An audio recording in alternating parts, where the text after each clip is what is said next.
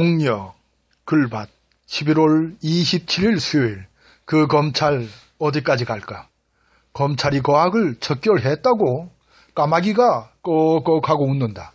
검새들아, 국민과 국회는 수사권, 기소권, 형 집행권 등 무소불위의 힘을 가진 검찰공화국을 해체하려고 하는 것이다. 죽은 정권, 죽어가는 권력에게만 하이에나처럼 덤벼드는 검찰에게만 거악 척결을 맡길 수 없어 공직 비리수사처를 신설하겠다는데 왜 반대하는데? 이들이 조폭이냐? 이 글은 이명박이 대통령으로 있었던 기간인 2011년 6월 당시에 김준규 검찰총장이 긴급 간부회를 열어 중수부 폐지와 관련한 문제를 논의한 후 숨겨진 부패와 비리를 밝히고 거하게 맞서왔다는 오마이뉴스 보도에 이어 바로 뒤따라 올라와 남긴 어느 네티즌이 반박한 글입니다. 검찰은 입만 열면 법과 원칙에 따라 처리하겠다는 이야기를 되풀이합니다.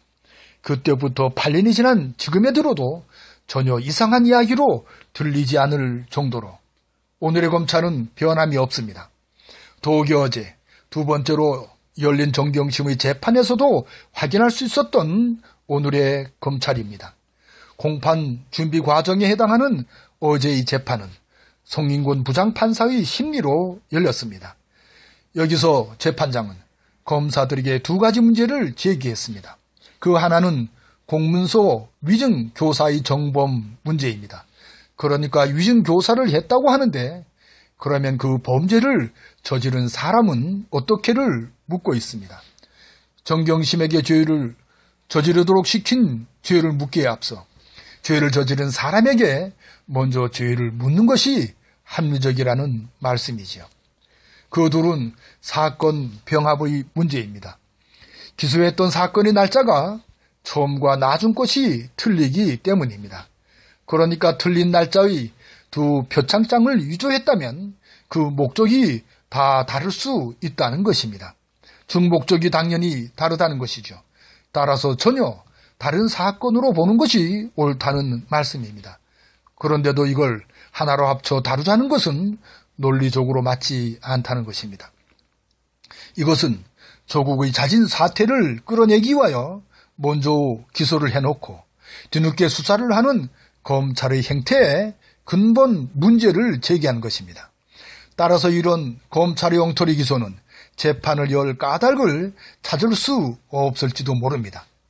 법정에서 재판을 지켜본 님들의 이야기를 모으면 개망신을 당한 검찰이라고 잘라 말합니다. 정경심이 검찰을 망신 준 것이 아니라 검찰 스스로 망신을 불러와 개망신에 이른 것이지요. 성접대 및 뇌물 의혹에 대하여 김학의에게 무죄를 선고한 엊그제입니다. 이처럼 검찰을 개혁해야 할 까닭은 차고도 넘칩니다. 검찰이었던 김학의 사건을 비롯하여 검찰의 선택적 수사는 유전 무죄, 무전 유죄를 넘어 유권 무죄, 무권 유죄를 향하여 치달리고 있는 오늘입니다. 이제 이명박 때 쿨했다는 윤석열 검찰의 칼끝은 조국의 턱밑을 향하고 있는 듯합니다. 그래서 그 검찰 어디까지 갈까를 제목으로 잡은 것이지요.